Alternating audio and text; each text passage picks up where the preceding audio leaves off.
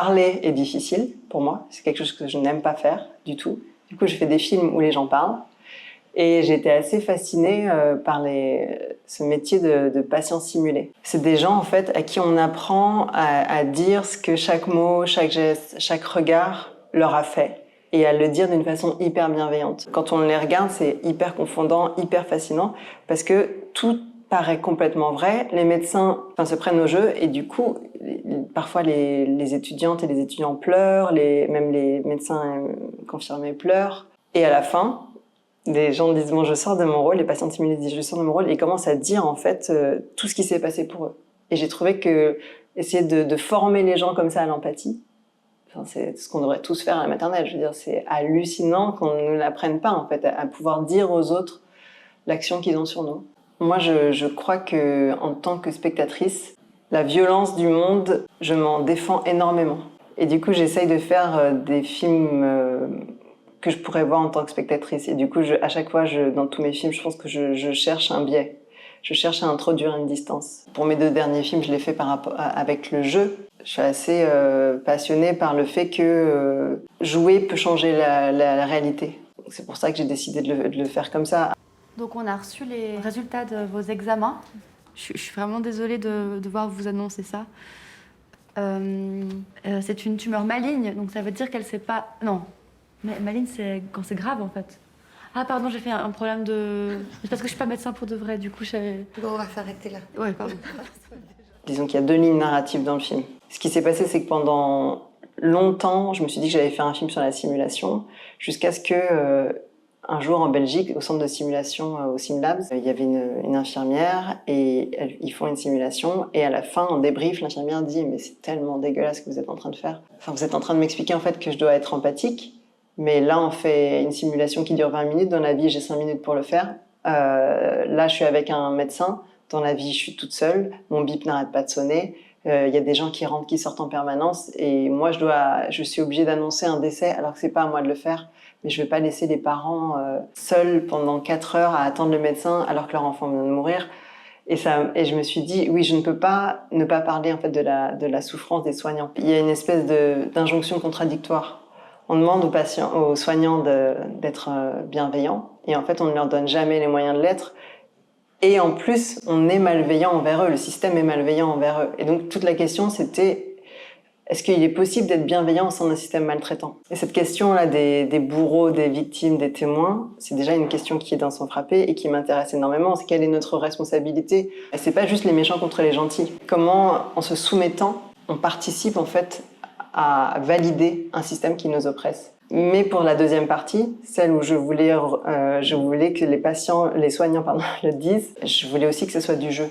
Parce qu'on a énormément entendu les soignants et les soignantes dire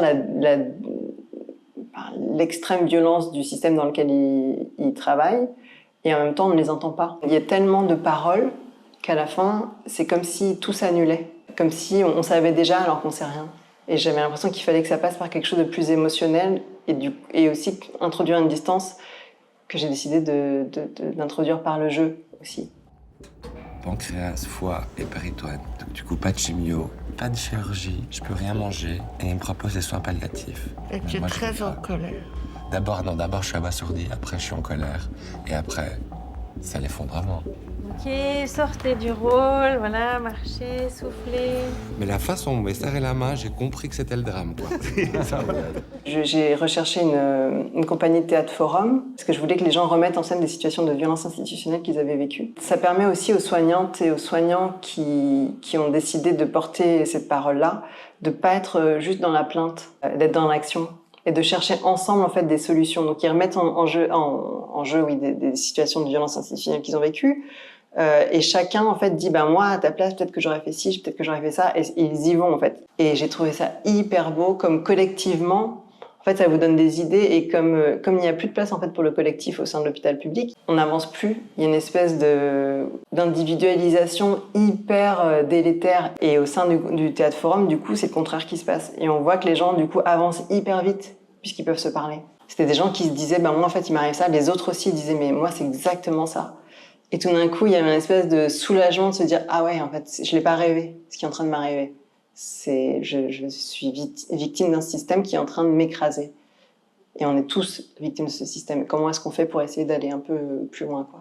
Comment est-ce que, quand on comprend qu'on est victime d'un système, on peut ne plus être victime? Parce que victime, c'est un état qu'on traverse. Mais pour le traverser, il faut comprendre qu'on l'a été, ou qu'on l'est. Il y a quelque chose d'une forme d'empouvoirment qui est collectif, en fait. On peut pas faire autrement que dans le collectif. Et ça, c'était hyper beau de le voir en action.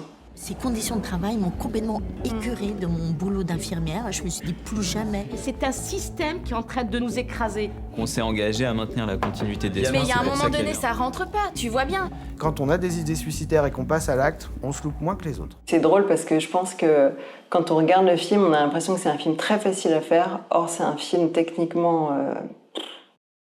hyper difficile, ne serait-ce que parce que les simulations durent très longtemps et elles s'enchaînent comme ça. C'était un film où aussi il y avait énormément de chorégraphie, puisqu'il y avait 2 caméras. Il fallait pas que les caméras se filment les unes les autres. Il y avait énormément de changements de regard, donc il fallait que ce soit raccord. Donc c'était vraiment hyper chorégraphié. Je voulais quelque chose qui soit très posé au début, un peu comme dans une fiction, avec des chants contre chants, et aussi filmer beaucoup les gens qui écoutaient. Je trouvais que c'était vraiment un film, moi, sur l'écoute, sur comment est-ce qu'on regarde, comment est-ce qu'on écoute les autres. Et les gens dans l'assemblée sont presque des fois plus touchés que les autres, alors même que tout le monde sait que c'est faux.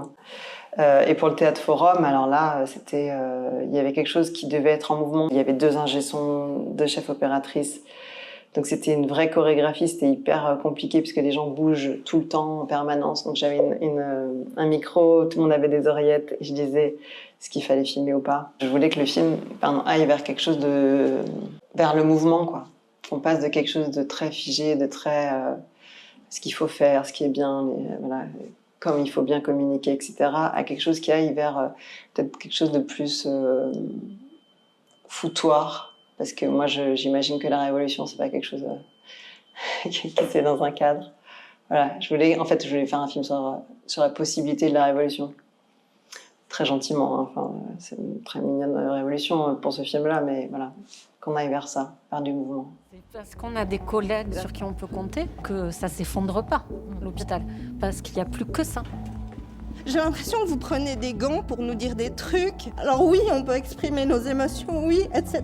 Mais on n'a pas le choix que de se battre.